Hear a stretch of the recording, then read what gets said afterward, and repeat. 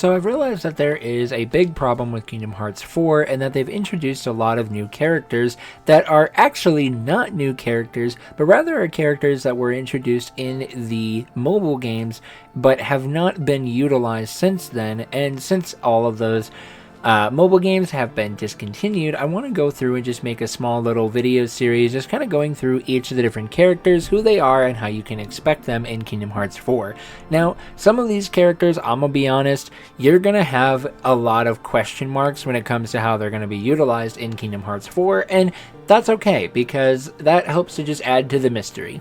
So the first character that we're going to be talking about today is Vali. Vali is a character that was introduced in Kingdom Hearts Dark Road. He is a Keyblade wielder who was training in Scala ad Kylum as an upperclassman to Xehanort during his time as a Keyblade wielder in Scala. Now, not a lot is known about Vali, and he honestly has a pretty small role to play in Kingdom Hearts Dark Road, so there's a lot of mystery surrounding him into why he's in Quadratum and what we're going to be expecting from him in Kingdom Hearts 4. Exactly what that's going to be, I have absolutely no idea. So in Kingdom Hearts Dark Road, Master Odin, who was the main Keyblade Master at the Academy in Scala, he tasked the upperclassmen to travel to other worlds for their Mark of Mastery exam.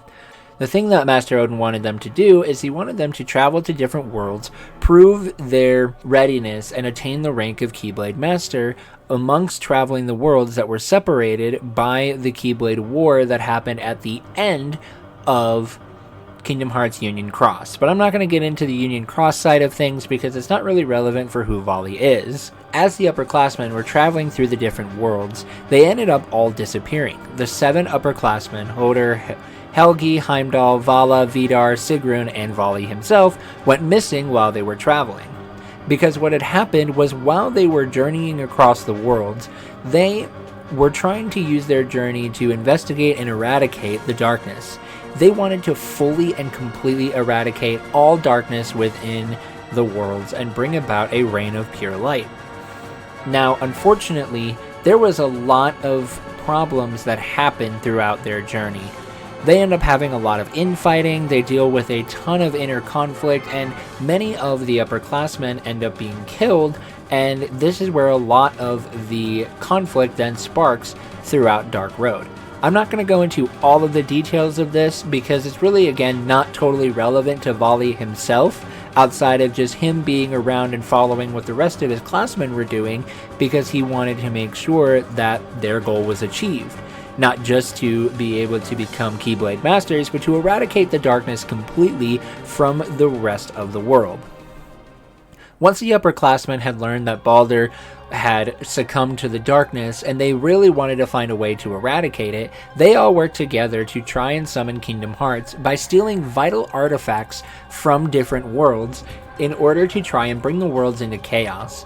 What the goal of the upperclassmen was they wanted to try and bring about the 7 pure lights by bringing all of the other worlds into chaos. Vali does this by traveling to Beast Castle and stealing the rose. Once they've stolen the rose and that world has succumbed into chaos, Xehanort and a couple of his other classmates arrive and end up earning the favor of Vala and Vali. Once the trust has been earned, they return the rose to the beast and decide to stop their process with summoning Kingdom Hearts. Upon returning to Scala ad Kylum, Vidar reveals with Vali with him that they were aware that Baldur had succumbed to the darkness. This completely enraged Ericus, as he believed that because of their negligence, Baldur went through and defeated many of their classmates and killed them. In his rage, Ericus attacks the upperclassmen. After the fight, Xehanort finally convinces Ericus to stop this fight, even though Xehanort had proven to be too much for the upperclassmen. Xehanort reminds Ericus that he wants to fight the darkness and not his classmates, and so Ericus finally steps down. Now in this moment, right as they were coming to an agreement and were about to do something against Baldur, Baldur arrives completely surrounded by darkness.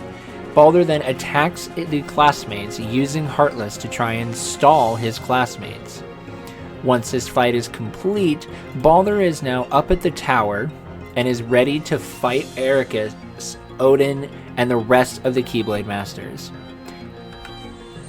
In this moment, Balder, who is completely controlled by darkness, fights and defeats all of the upperclassmen, defeating them all and killing them, thus leaving the end of Balder's life in the main reality of Kingdom Hearts.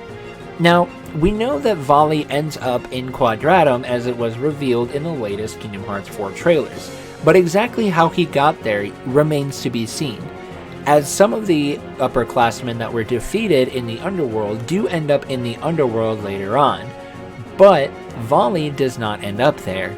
We see him in Quadratum along with some other characters, but I'm going to give them their own video because I do really want to just enjoy spending time diving into the lore behind all of these other characters. So, now we know Vali is here in Quadratum. Exactly how he got there and what his role is to play in the greater story is yet to be seen. But, like all of Kingdom Hearts, it's one great mystery that I'm excited to see as Kingdom Hearts 4 comes out.